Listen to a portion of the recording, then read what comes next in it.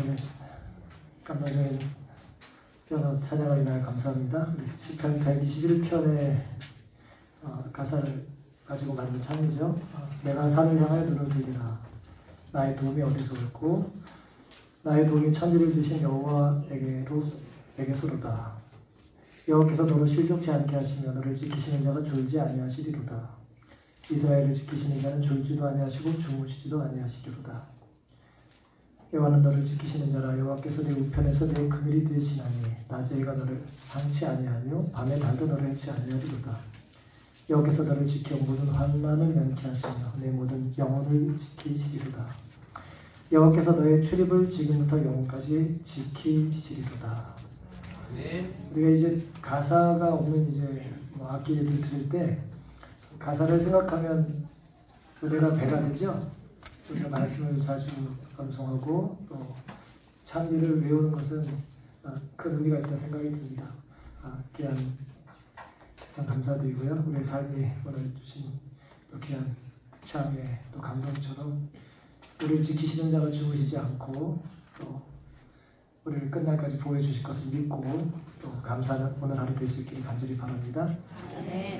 오늘 함께 우리 살펴볼 주제 말씀은 마태복음 19장입니다. 우리 19장 14절 제가 먼저 봉독하겠습니다. 예수께서 가라사대 어린 아이들을 용납하고 내게 오는 것을 금하지 말라. 천국이 이런 자의 것이니라 하시고 5월입니다. 가정의 날이고 또 올 첫 주에는 또 아이들을 위한 특별한 날로 이제 지정을 해두기도 하죠. 어린이 마시는 것처럼 어린이라는 말은 없었어요. 이제 강정훈 선생님이 이제 붙인 말이라고 하지 않습니까? 근데 이제 아이들을 위한 특별한 시간을 우리가 또 할애하고 구별하고 또 축하하는 그런 시간을 저희가 이제 갖기도 하는데 올해는 참 불우하게도 쉽지가 않습니다. 오늘 본문은 예수님께서 아이들을 얼마나 사랑하셨는지를 보여주는 대표적인 본문입니다. 예수님께서 어린 아이들만 사랑하시는 건 아니에요. 그런데 아이들도 사랑하십니다. 21세기의 뭐 요즘 말로는 이 말씀이 크게 감동은 없을지 몰라요. 왜냐하면 모두가 아이들을 뭐예요? 아이들 귀하게 여기기 때문에 그렇습니다. 근데 이 말씀이 주어졌을 때에는 아이들이 이렇게 귀한 대상들이 아니었어요. 아이들은 그냥 뭐 물건처럼 야단이나 맞고 그냥 혼이나 나고 이제 그런 존재였습니다. 그때 예수님께서 그런 아이들을 이제 얼마나 사랑하셨는지를 또 보여주는 대표적인 말씀이 되겠습니다. 오늘은 본문 말씀을 기초로 어린아이들이 내게 오는 것을 금하지 말라는 또 제목으로 함께 은혜를 나누겠습니다. 19장 13절에 보시면 이 말씀의 이제 배경이 이렇게 시작이 됩니다. 때에 사람들이 예수의 안수하고 기도하심을 바라고 어린아이들을 데리고 오매 제자들이 꾸짖었다 그랬죠. 여기 보시면 때에 사람들이라 그랬어요. 뭐 앞에 있는 사건을 제가 언급하지는 않겠습니다만은 사람들이 아이들을 데리고 왔어요. 누가 아이들을 데리고 왔겠어요? 누가 아이들을 데리고 왔겠어요? 예, 뭐 부모죠. 구체적으로 누구겠습니까? 엄마들이에요. 구체적으로 엄마들입니다. 물론 아빠들이 데려와도 나쁜 건 아니에요. 근데 구체적으로 본문의 상황과 배경은 이제 엄마들을 이제 지칭하는 것입니다. 때에 엄마들이 예수님이 안수해주고 기도해 주실 것을 바라면서 자기 아이들을 예수님께 데리고 왔다. 그런 이제 내용이 되겠습니다. 한 어머니와 아이는 예수를 찾으려고 집을 떠났다. 도중에 어머니는 이웃에게 자기의 목적을 말하였고 그 이웃도 예수께서 저희 아이들을 축복해 주시기를 원했다 그랬어요. 이게 무슨 말씀이냐면은 유대인들에게는 이제 뭐 하나의 전통이 있었는데 그 전통이 뭐냐면 아기가 태어나면 그 엄마 혹은 아빠는 그 저명한 납비에게 아이들을 데리고 가서 뭘 받아요? 이제 안수 받고 또 축복받기를 원하는 그런 이제 문화와 전통이 있었어요. 그 풍습을 따라서 한 어머니가 이전에 유명한 납비는 아니었지만 이제 예수님을 이제 귀한 선생님으로 믿고 그분은 사람들을 가리지도 않고 뭐 돈이 없든 뭐 가진 게 없든 다 아이들을 사랑하고 축복해 준다는 걸 이제 듣고 이제 기쁨으로 자기 아이를 데리고 출발했다는 거예요. 축복받기 위해서 집을 나선 것입니다. 어머니의 역할이 중요한가요? 중요하죠. 매우 중요합니다. 정말 중요해요. 다른 어떤 사람보다도 어머니의 영향은 크다고 할 수가 있겠어요. 성경은 이제 부모의 역할을 이제 교사로 이렇게 강조하고 있습니다. 잠언 20장 6절을 잘 아실 텐데요. 마땅히 행할 길을 아이에게 가르치라. 그리하면 늙어도 그것을 떠나지 아니하리라고 그랬어요. 공동 번역은 이 번역을 흥미롭게도 3살 보듯 8까지 간다. 그렇게 번역을 했어요. 그 말이 맞나요? 네, 맞는 말이죠. 마땅히 행할 길을 아이에게 누가 가르칩니까? 가장 교육적인, 효과적인 교사가 누구예요? 엄마예요. 부모의 역할 중에 가장 중요한 것은 이제 교사입니다. 교사 역할을 우리는 해야 합니다. 그런데 좋은 교사는 자기가 잘 가르치고 또 좋은 또 학생이 되어야 될 뿐만 아니라 자기보다 더 좋은 선생님이 있으면 뭐 해야 합니까? 맞아요. 보내야 합니다. 내가 제일 잘난 교사라고 계속 우기면 안 돼요. 어머니의 역할은 정말 아이를 잘 돌보고 사랑하고 먹을 거 주고 교육하는 것 정말 맞는 말이지만 어머니의 역할은 어디까지냐? 예수님에게 아이를 소개하는 것이 엄마가 할 수 있는 가장 큰 일이에요. 아버지들은 뭐 예라고 생각하지 마시고요. 부모의 가장 큰 일은 아이에게 누굴 소개하는 거예요? 예수님을 소개하는 것입니다. 그게 부모가 할 가장 큰 일이에요. 나보다 더 좋은 선생님을 소개하는 것이죠. 잠언서 9장 10절에는 여호와를 경외하는 것이 지혜의 근본이요 거룩하신 자를 아는 것이 명철이라 그랬어요. 이것을 깨달은 엄마 아빠는 그러니 지혜의 근원이고 또 지식의 근원 되시는 하나님을 아이에게 소개해야 되는 것이죠. 부모는 사랑해도 아이를 먹여 살리지 못할 때가 있어요. 또 부모의 사랑은 때로 왜곡돼서 사랑을 너무 해가지고 아이를 잘못 키울 때도 있습니다. 조절이 힘들어요. 자식을 둘을 키우면 둘을 똑같이 사랑해야 되는데 뭐 또 비교하죠. 그것 때문에 상처받습니다. 뭐 또 부모도 할 말이 없는 건 아니에요. 부모도 상처받고 컸어요. 부모의 상처를 받고 큰 겁니다. 잘 몰라요. 그래서 뭘 해야 될지 잘 몰라요. 어떻게 사랑해야 될지 잘 모르는 것입니다. 그런 부족한 사람에게 하나님께서는 또 자녀를 키우게 하셨어요. 자녀 맡기신 거죠. 그러니 부모가 할 수 있는 가장 최선은 뭡니까?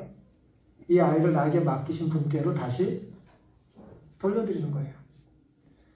이 본문에 이름이 기록되지 않은 이 어떤 어머니처럼 예수님께 우리 아이를 데리고 손을 잡고 어린아이는 업고 안고 가는 것입니다.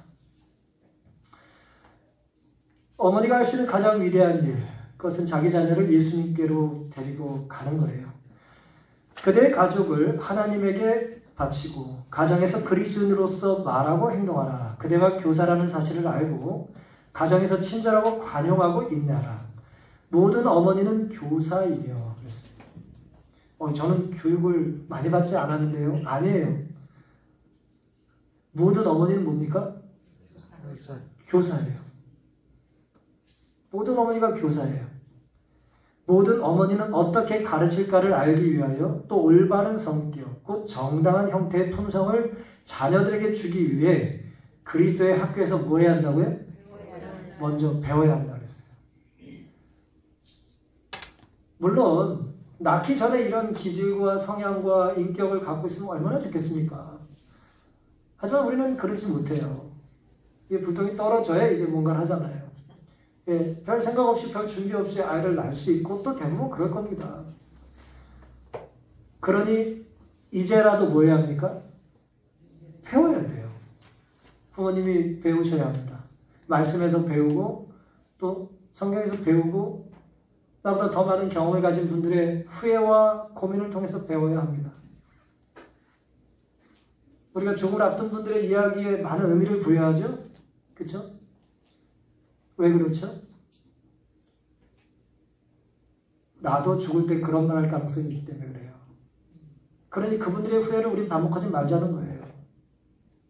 지혜로운 말을 들어야 되는 것입니다. 물론 어느 순간 자녀들이 너무 많이 컸을지 모르겠어요. 애들이 너무 컸어요.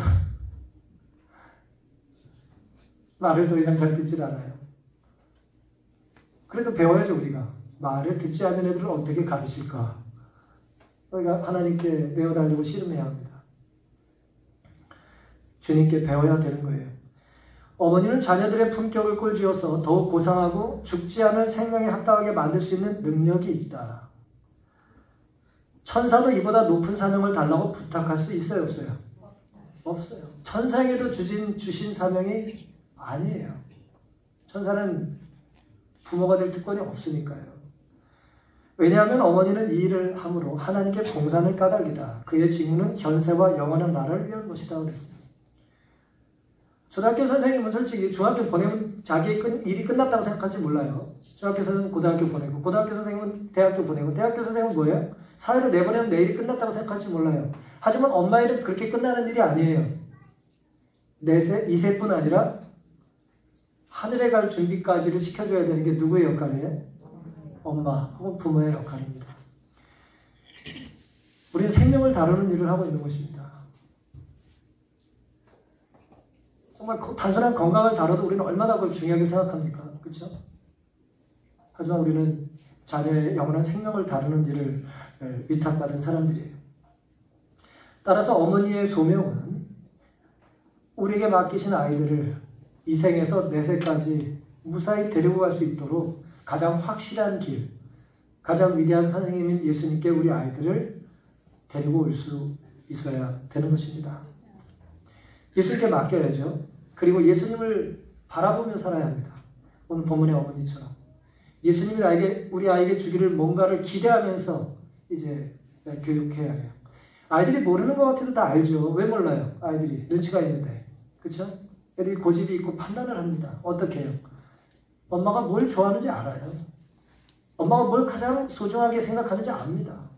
엄마가 무엇에 화를 내고 무엇에 너그러운지를 알아요. 아이들이 영적인 존재이기 때문에 다 판단하는 거예요. 정말 엄마가 중요하게 생각하는 걸 아이도 중요하게 여깁니다. 엄마가 적당히 양보해도 되는 것은 아이도 그렇다고 생각해요. 그러면서 오늘 우리가 부모로서 갖춰야 될 신앙의 도리는 매우 큰 거예요.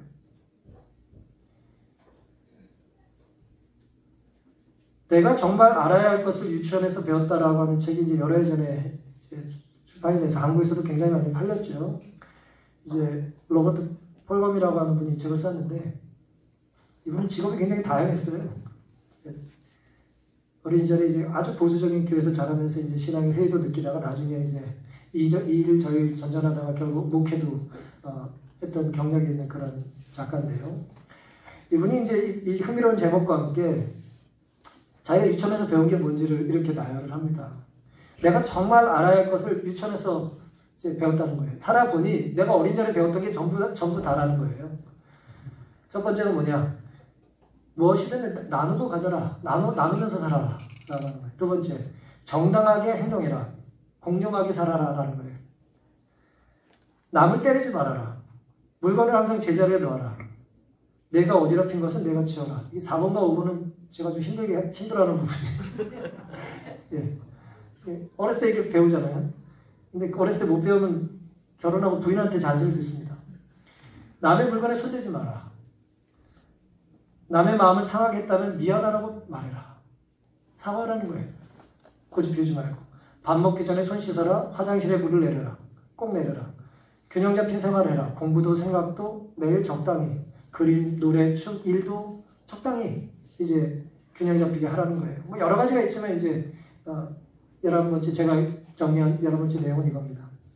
그림 동화책과 처음 배운 첫 단어인 가장 놀랄만한 단어를 기억하라. 이게 뭔 소리냐면 이제 영어 단어에 이제 look이라고 하는 말이 있어요. 본다는 얘기잖아요. 근데 이제 이건 이제 see라고 하는 단어와 다른 겁니다. see는 그냥 눈에 띄는 걸 see라고 하는 거고 look이라고 하는 건 주목해서 보는 거예요. 그냥 눈에 띄는 게 아니고요.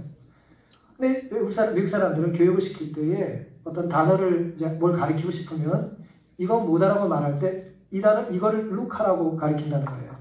이걸 좀 봐라. 이거 봐라. 이게 책이다. 이게 차다. 저게 다리다. look at. 뭐 그렇게 말한다는 거죠. 아이가 엄마에게 배운 네 기억 속에 엄마가 너에게 가르쳐줬던 첫 번째 감동적인 것이 뭔지를 기억하고 살라는 거예요. 뭐 이걸 좀 풀어서 하려면 이렇겠습니다. 아이에게 정말 가르쳐주고 정말 보여주고 싶어하는 것을 부모가 가르치나요? 그렇죠. 정말 보여주고 가르치고 싶어하는 것에 대해서 엄마가 뭐래요? 이걸 좀 봐라. 이걸 좀 들어라. 이거 좀 해라 라고 해야 안 해요? 하죠. 합니다. 본능적으로 우리는 아이에게 밥을 먹이고 젖을 먹여서 뭐예요? 이거 좀 물어라. 이거 좀 먹어라. 이거 좀 씹어라. 하죠? 그 look이라고 하는 말을 통해서, 단어를 통해서 우리에게 교육을 시킨다는 거예요. 여기 지금 내가 정말 알아야 할 것을 유치원에서 배웠다라고 하는 말을 좀 오늘 본문과 연관해서 제가 제목을 바꿔보는 말이에요. 내가 정말 알아야 할 것을 나는 엄마에게 배웠다. 그렇게 바꿀 수 있어요. 교회라고 하는 말을 써도 돼요. 교회 어린이반이라고 해도 됩니다. 이게 무슨 대학원에서 무슨 석사, 박사학위를 받아야 될 일이 아니잖아요. 그렇죠? 어린 차례 우리가 다 배우고 알고 있는 것입니다. 누군가 나에게 가르쳐줬기 때문에 알고 있는 것들이고 우리는 누군가에게 가르쳐줘야 될 소중한 것들입니다. 말이든 행동이든 강조하고 반복하고 지속적으로 이제 주입을 하다 보면 나도 모르게 뭐예요? 그것을 이제 알게 됩니다. 사랑하는 성도 여러분, 가장 효과적인 교육이 뭘까요? 가장 교육의 효과를 보려면 어떻게 하면 되죠? 본을 보이는 거예요. 그렇죠? 해보게 하는 거죠. 내가 했던 걸 따라서 하게 하는 거예요. 본을 보이는 것입니다. 말로만 하는 건 잘 이제 전달되지 않아요. 본을 보이는 거예요. 아이가 내가 사는 모습 그대로, 내가 본을 보인 그대로 아이가 산다면 그 아이는 성숙한 신앙인이 될 수 있을까요? 내가 사는 대로 아이가 똑같이 산다면, 내가 오늘을 살듯이 아이가 하루를 산다면, 어느 날 제가 죽고 아이가 제가 남긴 무슨 일기를 들춰서 모시에 내가 뭘 했다라고 하는 걸 기록이 된 거 아이가 볼 수 있다면, 또 그 일을 아이가 그대로 반복한다면 그날 아이는 성경을 가까이 하고 그 안식일에 아이는 교회를 가고 그 남는 시간과 돈으로 어려운 사람을 예수님의 이름으로 나누고 살까요? 참 두려운 일이죠. 우리는 아이를 사랑하기 때문에 많은 경우에 또 이렇게 내가 이루지 못한 꿈을 아이를 통해서 구현하고 싶어 합니다. 나는 많이 못 배웠으니까 너는 많이 공부해라. 나는 없이 살았으니까 너는 꼭 돈을 많이 벌어라. 심지어 나는 이런 엄마 만났으니 넌 다른 엄마 만나라. 모르겠어요. 그럴 줄 몰라요. 엄마는 또 딸에게 또 똑같이 가르쳐요. 내가 이루지 못한 걸 구현하고 싶은 거죠. 아이를 통해서. 바람직한 부분이 아닙니다. 또 바람직하지 못한 것도 이런 것이 있어요. 근자에 많이 주어지는 이건 계몽주 이후의 루소의 영향이기도 한데요. 네 본능대로 살라는 거예요. 네가 원하는 꿈을 이루라는 것입니다. 무슨 선전에도 그런 게 있더라고요. 내 꿈을 이루라고 그런 거 있죠? 네 꿈을 이루라. 그게 뭔지 모르겠어요. 하여튼 그런 게 있더라고요. 자기가 원하는 것을 마음껏 펼치는 것이 바른 인생일까요? 절대 그렇지 않습니다. 많은 아이들이 꿈을 찾아요. 자기 꿈이 뭔지 모르는데. 그리고 자기 꿈을 발견하면 그 꿈을 이루면서 하는 게 성공인 줄 알아요. 그건 철저히 성경적이지 않습니다. 성경적인 꿈은 나의 꿈을 펼치는 것이 아니고요. 내가 원하는 걸 이루는 것이 아니고 기독교 신앙에서의 꿈은 하나님께서 나를 통해서 원하시는 것을 내가 구현하는 거예요. 그러니까 내 꿈을 이루는 게 아니라 나를 통하여 하나님의 꿈을 성취하는 거예요. 그게 오늘 우리가 이 땅에 사는 이유입니다.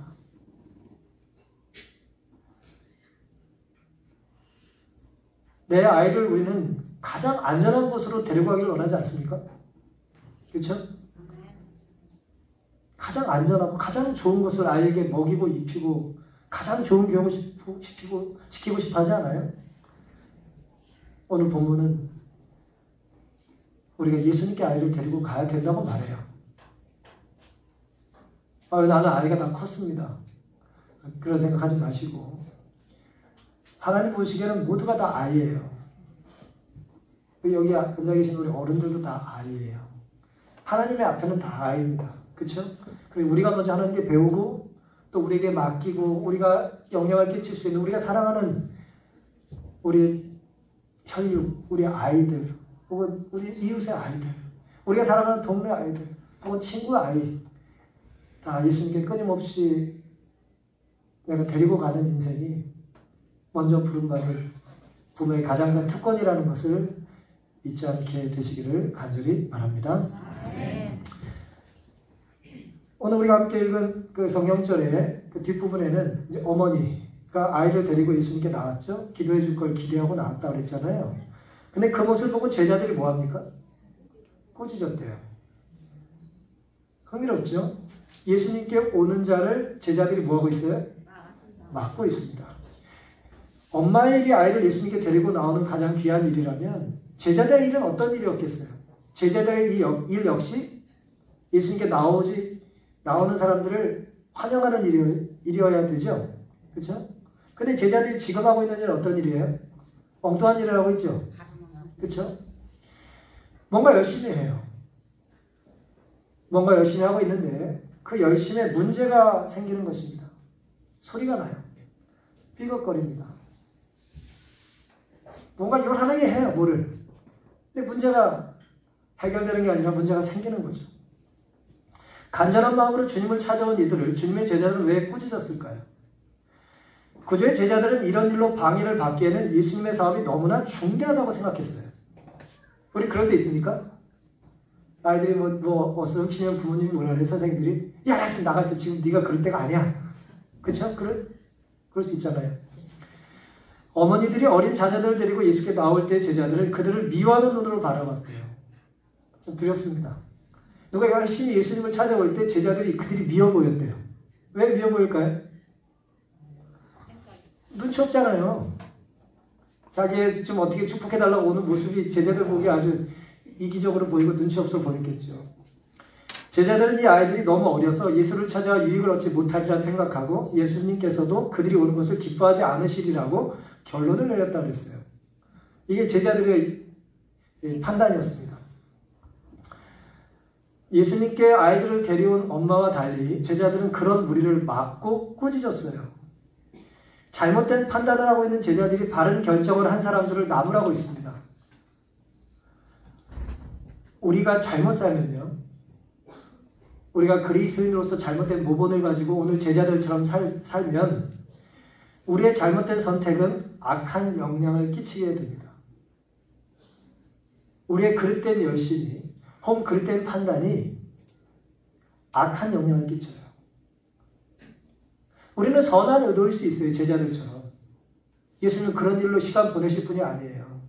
우리 나름대로는 그렇게 생각할 수 있어요. 하지만 우리의 잘못된 생각 때문에 혹은 잘못된 판단 때문에 악한 영향을 끼칠 수 있어요. 옳고 그른 것의 기준이 그럼 무엇이겠습니까? 내 멋대로 살면서 제대로 살고 있다고 생각하는 사람들이 있어요? 없어요? 남 생각할 필요 없어요. 우리가 그럴 때가 참 많은 것입니다. 내 마음대로 살면서 제대로 살고 있다고 판단하는 거예요. 또 열심을 내요. 또 혼자 있지 않고 또 말을 해요. 또 지지하는 사람은 또 찾아 나서요. 어리석은 것입니다. 한 번도 제자들이 예수님께 묻질 않았어요. 지금 애들 데리고 지금 막 오는데 어떻게 할까요? 예수님께 묻지도 않았어요. 그런 거 뭐예요? 지레 짐작하고 혼자 확신하고 혼자 열심 내고 자기들끼리는 의견이 맞았겠죠. 야 애들 어떻게 할까? 내보내야지 뭐래. 의기투합하고 얼마나 어리석습니까? 예수님을 찾아온 아이들을 왜 자기가 내보내요? 그리고 또 예수님도 그렇게 원하실 거라고 생각을 했다는 게 문제죠. 정말 그럴까요? 잘못 생각하면 잘못된 판단을 하게 돼 있고 그러면 바른 판단하는 사람을 미워하게 돼 있어요. 그리고 엉뚱한 결론을 내리는 것입니다. 그리고 그 결론의 권위를 부여받기 위해서 뭐예요? 예수님도 그것을 원하셨을 거라고 방점을 찍는 거예요. 예수님도 그렇게 하셨을 거라고 생각하는 거예요. 생각하지 말고 질문하십시오. 결정하지 말고 기도하셔야 돼요. 판단하시기 전에 예수님께 여쭈셔야 됩니다. 근데 우리 너무 쉽게 판단해요. 이런저런 정보들을 가지고 자꾸 판단을 하는 거예요. 사실 그 모든 사람들은 누구한테 배워야 하는데요? 예수님께 배워야 하는데 참된 선생님은 예수님께 질문하지도 않고 자기들끼리 의논을 하는 것입니다. 내 생각을 합리화하기 위하여 비슷한 사람을 찾는 것은 아무런 도움이 되지를 않아요. 하늘 전체의 3분의 1이 루스벨을 따라 나섰다고 성경은 말하는데 3분의 1이 아니라 100분의 99가 따라 나서도 엉터리예요. 많다고 해서 좋은 게 아니에요. 그저 엉터리 같은 사람이 많은 것이죠. 물론 제자들은 마태복음 7장 6절을 생각했을지 몰라요. 거룩한 것을 개에게 주지 말고 진주를 돼지 앞에 던지지 말라는 그런 예수님의 가르침을 혹시 잠깐 생각했을지 몰라요. 지금 예수님은 이런 걸로 바쁠 뿐이 아닌데 지금 아이들 데리고 엄마들이 마음가내에 와가지고 우리의 축복해달라고 예수님 분명히 말씀하시지 않았냐? 개와 돼지에게 어울리지 않는 걸 던지면 안 된다. 그러니 지금은 이 사람들 돌려보내야겠다고 생각했을지는 모르죠. 하지만 예수님이 이 말씀을 하셨던 이유가 뭡니까? 거룩한 것을 개에게, 진주를 돼지에게 던지지 말라는 말씀하셨던 이유가 뭐예요? 예수께서는 여기서 죄에 종된 상태에서 벗어나기를 바라지 않는 부류의 사람들에 대하여 말씀하셨다고 했어요. 예수님께 오기를 원하지 않는 사람, 예수의 말씀을 거절하는 사람, 예수의 말씀을 전하는 사람들을 조롱하는 사람들에게 하신 말씀이라는 거예요. 이거는 부패하고 부도덕한 것에 빠짐으로 그들은 성품이 너무 타락하여 악에 집착하고 그것을 버리고자 하지 않았다. 그리스도의 종들은 복음을 다만 논쟁과 조롱거리로 삼고자 하는 사람들에 의해 방해받지 않도록 해야 한다고 했어요. 그러니 복음을 받으려는 마음이 없고 전하는 사람을 괴롭히는 사람에 대하여 예수님께서 지혜롭게 행동하라고 하신 말씀인데 지금 제자들은 정반대로 적용을 한 거예요. 예수님을 찾아오기를 원하는 사람들을 막는데 이 말씀을 적용했다는 거죠. 실제는 예수님을 찾아가면 안 된다고 하는 사람들 멀리하라고 하신 말씀인데 우리가 말씀을 인용한다고 해서 말씀대로 사는 게 아니에요. 우리는 제대로 분별하며 살아야 되는 것입니다. 사랑하는 성도 여러분, 거룩한 가치를 무시하는 이들 대신에 거룩한 것을 갈망하는 이들을 우리는 귀히 여겨야 합니다. 정말 한 명이라도 말씀을 갈망한다면 우리 말씀을 펴야 돼요. 예배는 그런 것입니다. 그런데 제자들은 들으려고 온 이들을 어리석은 편견과 사견으로 도리어 쫓아낸 것이죠. 내 열성이나 경험이, 내 입장이나 견해가 얼마나 많은 오판을 그동안 했을까요? 그런 적 없었을까요? 있어요. 많죠? 저도 수없이 많습니다. 균형을 잡을 수 있어요. 중심에 예수님이 계시지 않으면 균형이 깨집니다. 중심에 내가 있으면 균형을 반드시 잃어요. 그러니 오뚜기가 무게중심을 밑에 무겁게 잡고 있을 때 균형을 잡듯이 예수님을 마음의 중심에 모시고 살게 되시기를 간절히 바랍니다. 네, 마지막 이 본문은 우리에게 어머니의 일과 제자의 일을 넘어서 예수님이 어떤 일을 하셨는지를 보여줍니다. 14절 예수께서 가라사대 어린 아이들을 용납하고 내게 오는 것을 금하지 말라. 천국이 이런 자의 것이니라 하시고 저희 위에 안수하시고 거기서 떠나시니라 그랬습니다. 제자들의 연약함을 예수님께서 부드럽게 질책하시고요. 또 아이들을 데리고 기도해달라고 온 어머니 그들의 간구와 요청을 예수님께서 거절하지 않고 다 들어주셨어요. 그리고 천국이 이런 어린아이와 같은 자들이 갈 것이다 라는 말씀까지 해주셨어요. 근데 사실은 이제 문맥을 좀 더 살피면 사실은요. 아이들이 지금 예수님께 온 이유는 어떻게 온 거죠? 누구 때문에 아이들이 예수님을 찾아왔어요? 엄마 때문이죠. 그쵸? 아이들이 지가 알아서 무슨 예수님께 귀여운 게 아니잖아요. 물론 거기서 좀 큰 아이들도 있었다고 그랬어요. 조금 크고 자란 아이들은 엄마의 소개를 듣고 자기의 의지로 따라 나섰겠죠. 엄마가 제안했는데 순종했겠죠. 하지만 갓난아이, 어린아이들 그 풍습에 따라서 어린아이를 납배에게 와서 우리 아이를 축복해달라고 우리가 봉헌 예배 드리듯이 그런 상황에 찾아온 아이들 그 아이들이 천국에 간다면 그게 전적으로 누구에게 달렸다는 거예요? 엄마의 열심과 엄마의 순종에 달려있다는 거예요. 엄마의 지속적인 가르침에 달려있다는 것입니다. 엄마 잘 만난 아이들은 천국에 가는 거다. 예를 들어 그런 말씀일 수도 있는 거예요. 이게 뭐 정확한 성경 번역은 아니지만 의미를 부여하자면 그렇다는 거예요.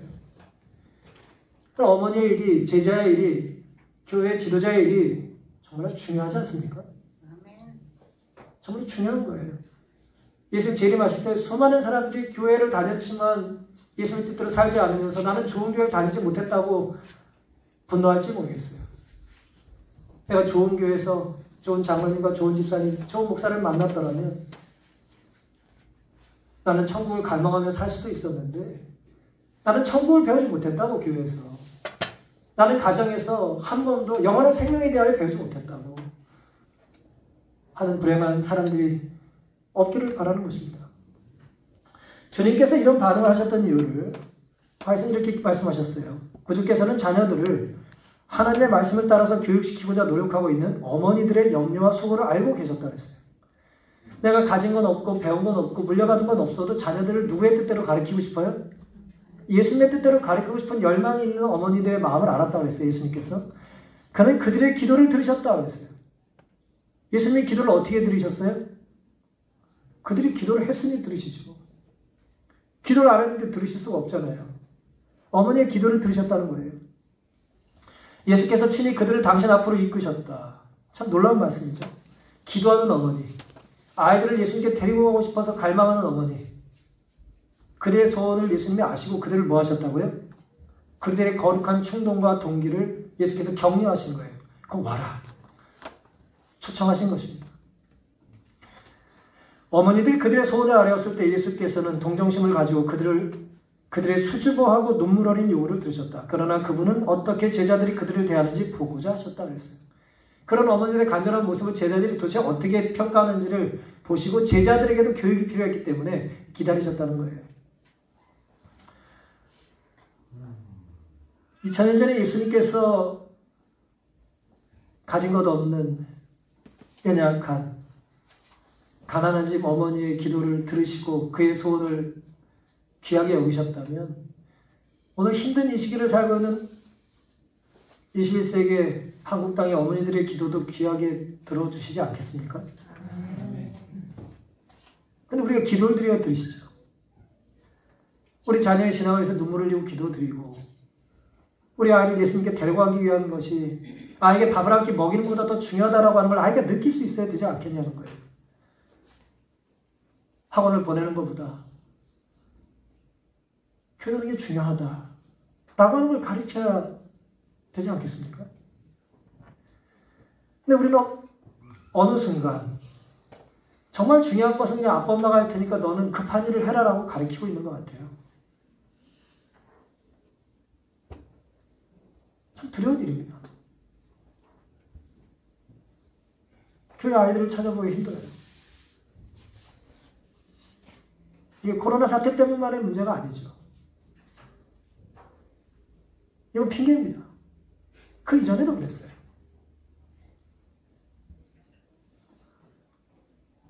우리가 부모의 역할을, 하나님의 제자의 역할을, 교회 지도자의 역할을 잘하지 못한 것을 우리는 회개할 필요가 있습니다. 정말 간절히 기도드려야 돼요.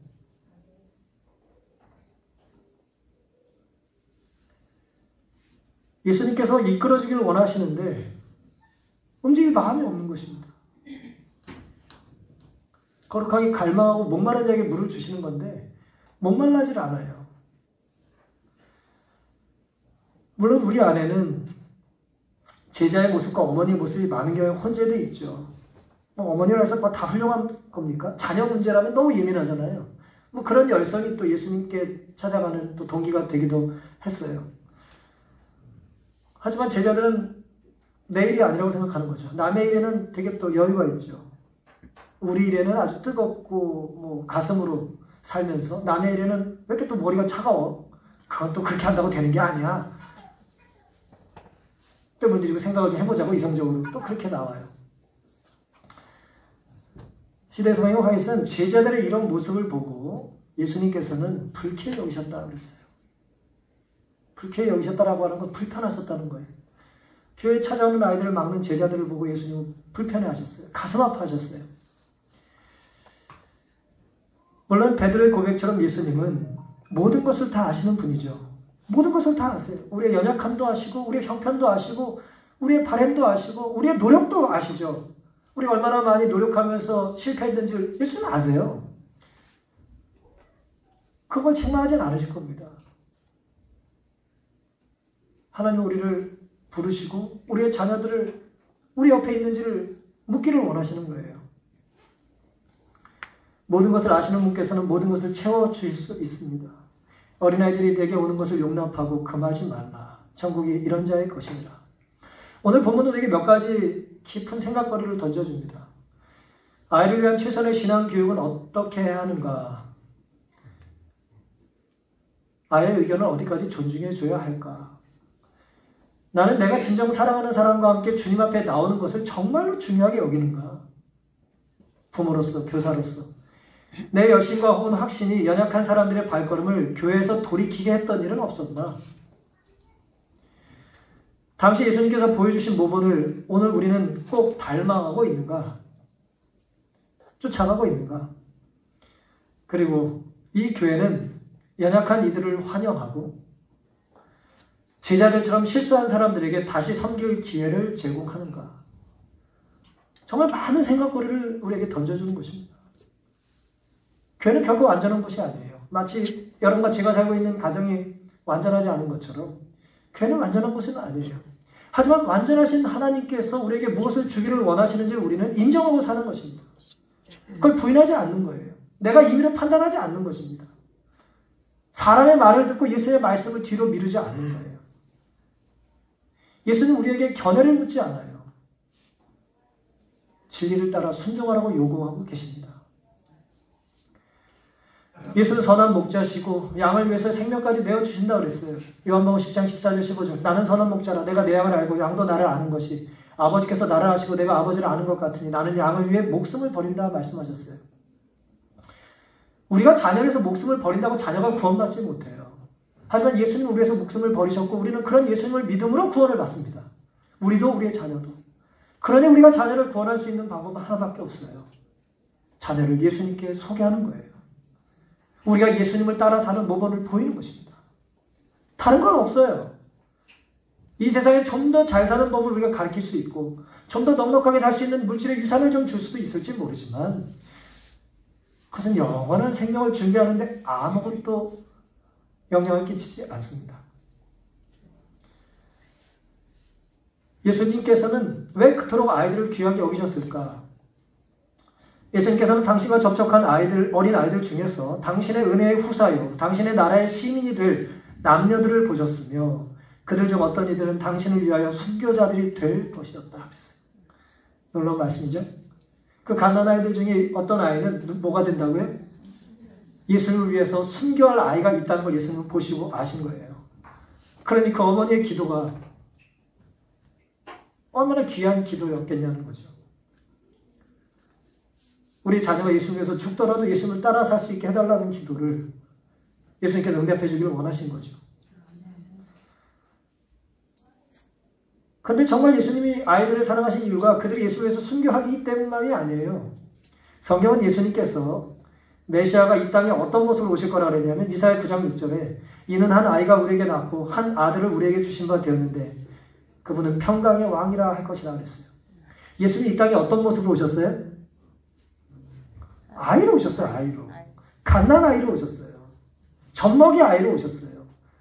이 본문을 누가 하면 2장의 40절 41절에 아이가 자라면 강화해주고 지혜가 충족하고 하나님의 은혜가 그 위에 있더라. 예수는 그 지혜와 그 키가 자라가며 하나님과 사람에게 더 어떻게 됐어요? 사랑스러워 가셨다 그랬어요.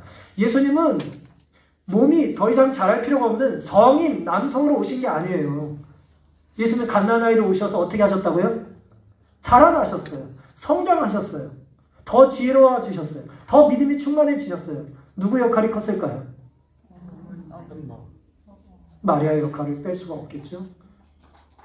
물론 모든 선생님이 다 훌륭하지는 않지만 귀한 신앙의 모범과 감동이 예수님께 영적인 자극이 되지 않았겠습니까? 예수님은 어린아이의 필요가 무엇인지를 아시는 분이에요. 그 다음에 어린아이가 어떤 무시를 당하는지 쉽게 무시를 당하는지 아시는 분이에요. 내놓을 것 없는 집안의 자녀로 사시면서 아버지가 누군지도 모른다는 욕을 들으며 사셨던 분이기 때문에 어린아이의 소외되고 무시당하는 감정이 어떤 건지 아십니다. 탈무드에는 교육의 중요성을 이렇게 강조합니다. 아들에게 장사나 다른 일을 가르치지 않는 아버지는 아들에게 장사를 가르치든지 다른 일을 하도록 가르치지 않는 아버지는 아들에게 도둑질을 가르치는 것과 같다 그랬어요. 이게 무슨 뜻일까요? 직업교육을 자녀에게 시키지 않는 부모는, 유대인의 문화는 직업교육을 시키잖아요. 그 자녀가 뭐가 되도록 방치하는 거라고요? 도둑이 되도록 방치하는 것과 같다는 거예요. 돈 벌 수단을 가르쳐주지 않았으니 불법 외에 무슨 수로 돈을 벌겠냐 이거예요. 이걸 영적으로 적용해 보겠습니다. 우리가 자녀에게 천국을 가르치지 않는다면 자녀가 천국을 갈망할 일은 없습니다. 머리가 크고 어른이 되면 신앙이 좋아지지 않아요. 절대 그렇지 않습니다. 다른 모든 것들은 우리가 자녀에게 억지로 강제로 정말 중요하게 설득하며 시키잖아요. 밥 먹어라, 학교 가라, 학원 가라, 공부해라. 왜 잔소리 안 합니까? 많이 울면서 가르치잖아요. 근데 정말 우리가 흘려야 될 눈물은 다른 눈물일지 모르겠어요. 예수님 뜻대로 우리가 열심히 몸치고 살아도 아이들이 힘들다면 예수님께서 책임지실 겁니다. 하지만 정말 우리가 해야 될 부모의 역할, 제자의 역할, 지도자의 역할, 어른의 역할을 잘 못한다면 우리는 지금이라도 회개하고 가정의 날 오래 우리에게 맡겨진 자녀들을 우리가 주님 앞에 얼마나 가까이 데리고 가야 되기 위하여 몸부림쳐야 하는지 되돌아볼 수 있는 이 시간이 되기를 간절히 바랍니다. 2000년 전 분위기와 지금 많이 달라졌어요. 그래서 예수님이 오시면 다르게 말씀하실지 모르겠어요. 아이들이 내게 오는 것을 금하지 말라는 말씀 대신에 아이들이 내게 오지 않으려는 것을 제발 허락하지 좀 말아라. 경고를 하실지 모르겠어요. 두려운 일입니다. 5월 첫 안식일 내게 맡겨주신 귀한 우리가 돌보고 섬겨야 될 대상을 예수님의 마음으로 우리가 다시 한번 사랑하고 또 예수님의 초청이 여전히 유효하다는 걸 믿고 더 늦기 전에 다시 한번 회개하고 말씀에 순종하기로 살기를 결심하는 이 안식일 되기를 바라면서 오늘 말씀을 마치겠습니다. 아멘.